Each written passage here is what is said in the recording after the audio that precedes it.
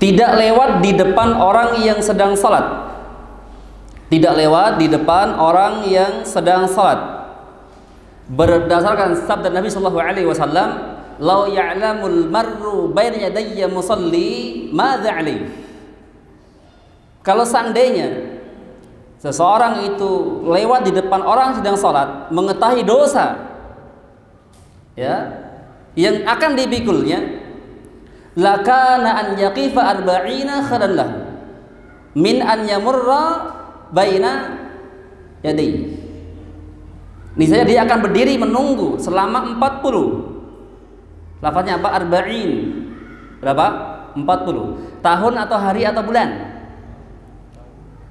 Tahun, hari atau bulan? Arba'in. Di hadis gak sebutkan ya aman atau sana atau sahar, gak sebutkan. Enggak ada, hanya apa? Lakana yaqifa arba'ina, ya kan? Lebih baik dia menunggu selama 40. Khairan lahu, itu lebih baik daripada apa? Melewati di depan orang yang sedang salat. Nah, ulama beda pendapat apakah maksudnya 40 tahun, apakah 40 hari, apakah 40 bulan. Ahamu syai', ulama khilaf. Yang jelas lafaznya apa? Arba'in. Nah, kemudian dan seorang yang salat disunahkan menjadikan sesuatu sebagai sutra. Artinya kalau salat buat apa? Sutra di depannya, entah itu tembok, dinding, punggung orang, atau tas. Nah, ya, dengan dalil idza shalla ahadukum falyusalli illa sutra wal yadnu minha. Apabila salah seorang dari kalian ya salat, maka hendaklah dia salat menghadap kemana? Ke sutra, dan hendaklah dia mendekat kepadanya. Berarti di sini ada pembahasannya. Nah, hukum larangan lewat di depan orang yang sedang sholat. Nah, hadisnya sudah kita jelaskan tadi, yaitu orang tidak boleh lewat di depan orang yang sedang sholat. Lau ya'lamul mar'u baina yadayya musalli. Kalau seandainya kan ya seseorang yang lewat di depan orang sholat itu tahu dosanya, maka dia akan menunggu selama 40 daripada melewati di depan orang sedang sholat. Nah, misalnya ada masalah ya. Perhatikan buku antum. Baina yadayya musalli. Baina yadayya musalli. Di depan orang yang sholat. Di depan orang yang sholat. Di depan orang yang sholat. Kita bahas apa? Pembatasan depan itu seberapa? Ini kadang orang tahu dalilnya secara umum, tidak boleh lewat di depan orang sholat. Batasnya depan tuh mana? Gitu kan? Nah, batasnya mana? Jaraknya berapa? Nah, ya, di sini banyak ulama berbeda pendapat. Nah, yang pertama adalah 3 hasta dari kaki orang yang salat. 3 hasta dari kaki orang yang salat. 3 hasta. Sehasta itu seberapa?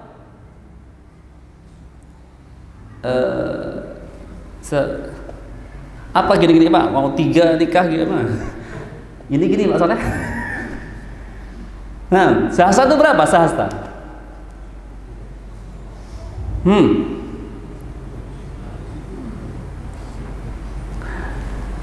Atau belakang berapa sehasta itu? Itu sehasta, bukan sediro. Nah, itu namanya sehasta. 3 hasta ini berapa ukuran 3 hasta? Kira-kira berapa? 90-an ya. Nah, ini pendapat pertama. Nah, pendapat yang kedua, sejauh lemparan batu. Sejauh lemparan batu dengan lemparan biasa. Lemparan biasa, bukan yang bukan, tapi biasa. Nah, tidak kencang, tidak lemah ya lemparannya. Pendapat yang ketiga, satu langkah dari tempat salat, satu langkah saja dari tempat salat. Nah, pendapat yang keempat kembali kepada al-urf. Apa uruf? Ya, kebiasaan. Pendapat yang kelima, antara kaki dan tempat sujud orang yang salat. Antara kaki tempat sujud. Ini apa? Berarti tergantung apa? Panjang orangnya. Dari kaki sampai apa tadi? Tempat sujud orang yang salat. Nah, manakah pendapat yang kuat? Insya Allah pendapat yang dipilih oleh Syekh Shalih Ibnu Utsaimin, yaitu antara kaki dan tempat sujud orang yang sholat. Dapat keberapa? Kelima. Dari kaki ke tempat sujud. Nah,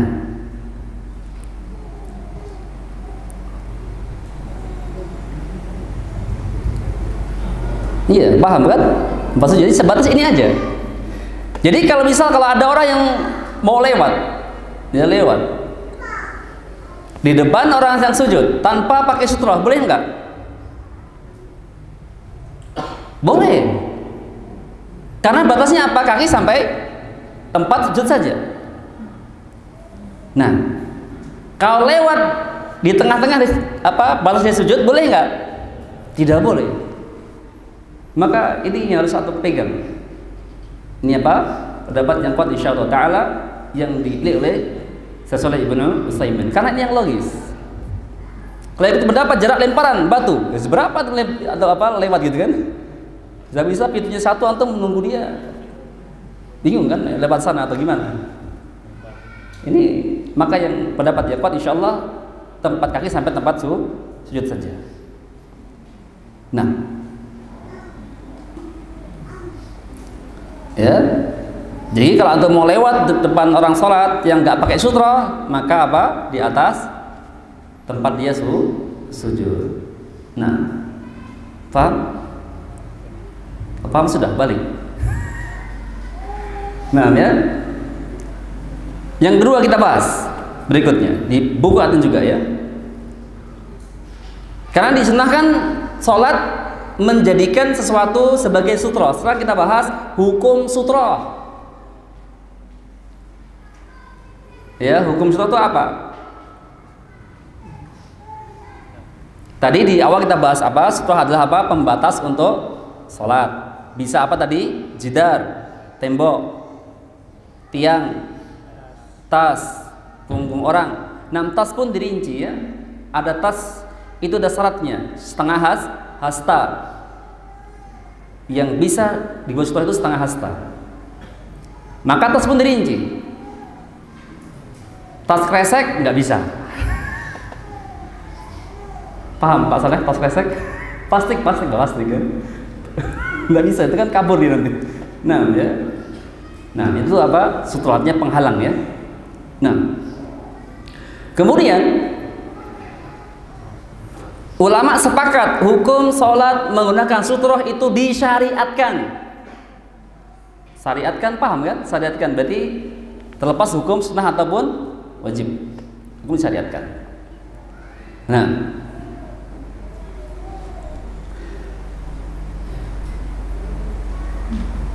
dengan dalil idza shalla ahadukum shalli ila sutra wal yadna minha. Jika salah seorang dari kalian hendak salat, maka hendaklah dia salat menghadap ke sutra, ada di buku antum hadisnya.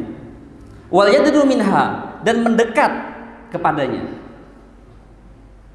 Nah, dan juga di sana lain disebutkan juga hadis rawahu Ahmad, al sutratur rajuli fi salati as-sahmu. Ya, sutra seorang salat itu adalah as-sahmu. Apa as-sahmu? Nah, Ivan, apa as-sahmu? Ini bahasa Arab. Oh, antum juga yang pemana harus tahu.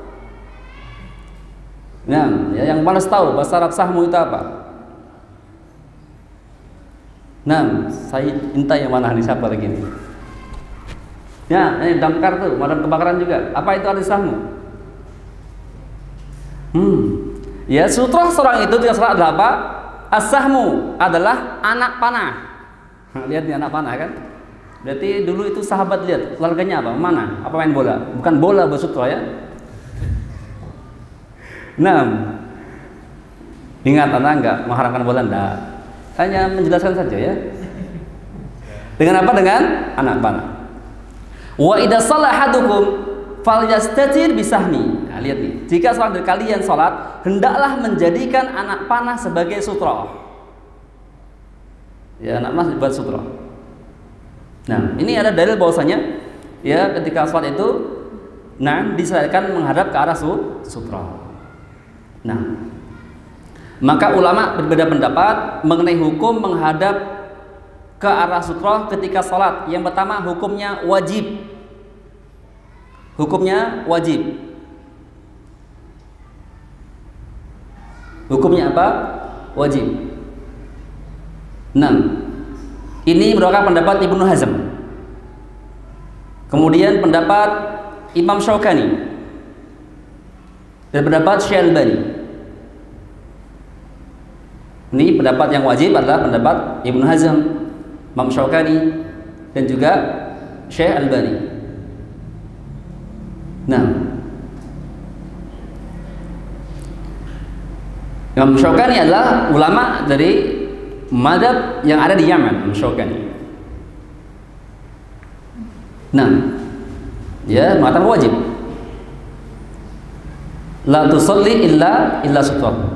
Janganlah engkau salat kecuali menghadap ke arah sutra. La di sana la nahyah atau la nafiyah? Nah, di sini kan. Ini ulama khilaf. Apa bedanya nafiyah sama nahiyah?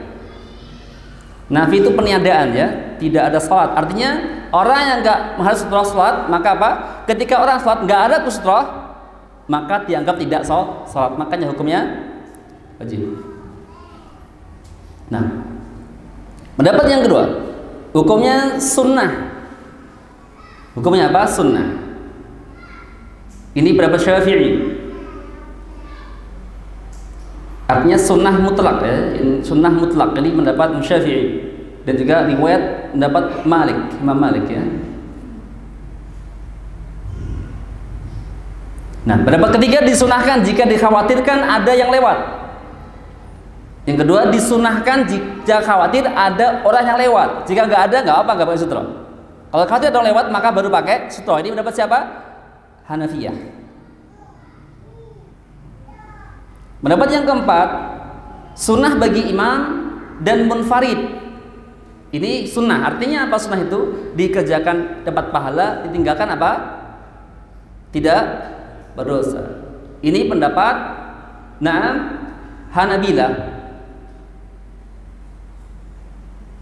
Hanabilah. Tahu Hanabilah pendapat siapa? Sahih. Imam Ahmad bin Hanbal. Nah, wallahu a'lam. Ya.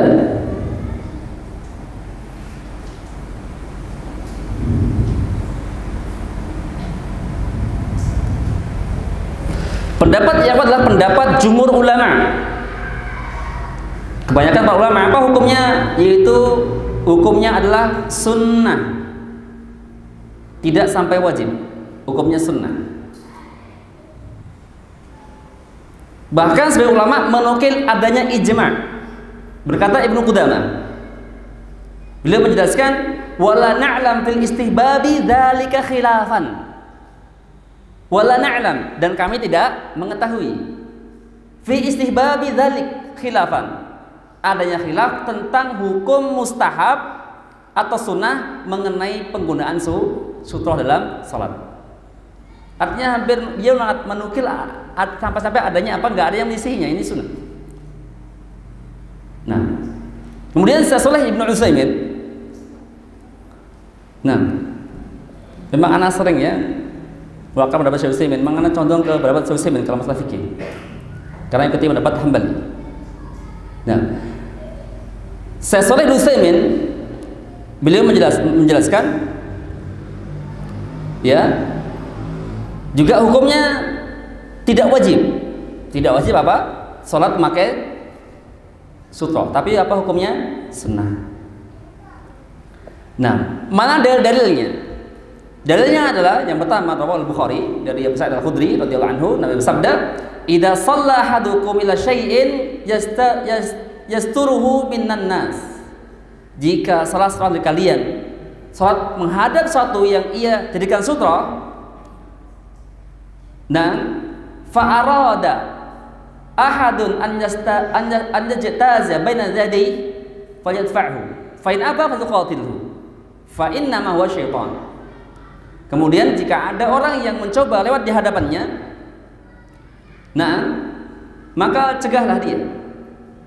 Ya, cegahlah dia. Jika dia enggan maka perangi. Karena dia adalah apa? Syaitan.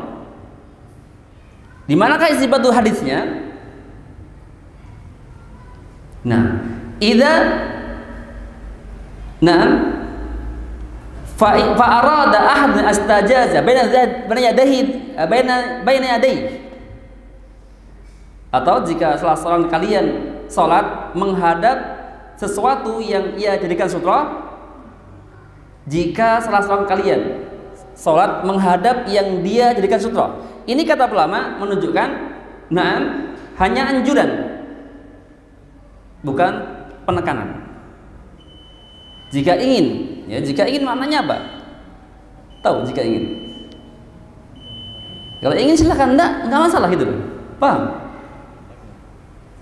Nah, ya.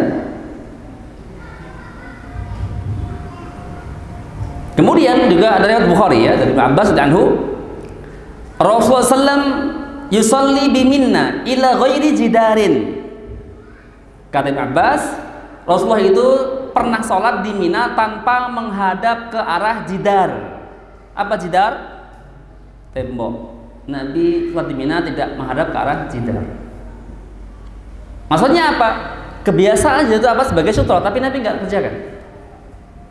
Maka ini pun juga dengan dalil ini, kata para ulama, menunjukkan akan sunnah, bukan wajib. Kalau sudah wajib, Nabi akan lakukan pakai sutra apa aja selain jidar. Dan juga hadis yang lain, wa Ahmad Al-Baihaqi disebutkan juga dari Ibnu Abbas radhiyallahu anhuma, anna Rasulullah sallallahu alaihi wasallam shalla fi fadai laisa baryadaihi syai'un. Lihat, Rasulullah itu pernah sholat di lapangan terbuka. Nah, laisa baryadaihi syai'un, tidak ada di depannya apapun. Maksudnya apa? Nggak ada sutra. Nah, ya, apa? Nggak ada sutra. Nah, ya.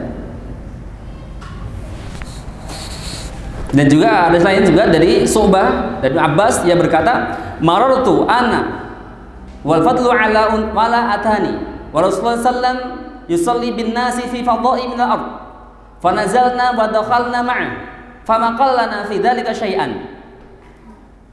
Ya, aku pernah menunggangi keledai bersama Al-Fadl, yaitu Ibnu Abbas.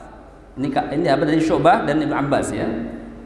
Aku pernah menunggangi keledai bersama Al-Fadl bin Abbas dan melewati Nabi Shallallahu Alaihi Wasallam yang sedang sholat mengimami orang-orang di lapangan terbuka. Lalu kami turun dari keledai itu dan masuk ke dalam shaf, dan beliau tidak berkata apa-apa kepada kami tentang hal itu. Artinya di sini apa? Sahabat melihat Nabi sholat nggak pakai apa? Sutra. Nah, ya. Kemudian sudah masuk waktu sholat isya. Kesimpulannya, hukum pendapat yang kuat yang dikuat oleh jumhur al ulama, termasuk para ulama kibar abad ini, seperti Syekh Muhammad bin Syekh Shalih bin Utsaimin, Syekh Abdul Aziz bin Bas, Syekh Shalih Fauzan, ya, mereka mengeluarkan apa? Pendapat hukumnya sunnah. Pendapat ya para ulama, jumhur ulama, pendapat Syekh Shalih bin Utsaimin, Syekh bin Baz dan Syekh Saleh Fauzan. Hukumnya apa? Sunnah. Sunnah menghadap sutrah ketika salat. Nah, ahamus ini adalah apa? Ulama khilaf, sehingga antum tidak boleh tasyaddud, keras terhadap perkara ini. Kan banyak orang pandangan, oh itu orang masuk masjid gak pakai sutrah, nampaknya bukan salafi itu orang. Masih ada kan pemikiran seperti itu? Nampaknya dia bukan ahli sunnah. Subhanallah, ini fikih ya akhi. Perkara khilaf. Bahkan juga ada sebagian ulama berpendapat membuat kotak untuk sutra hukumnya bid'ah. Ada di masjid ini, kalau perhatikan ya. Ini sebagai pendapat ulama.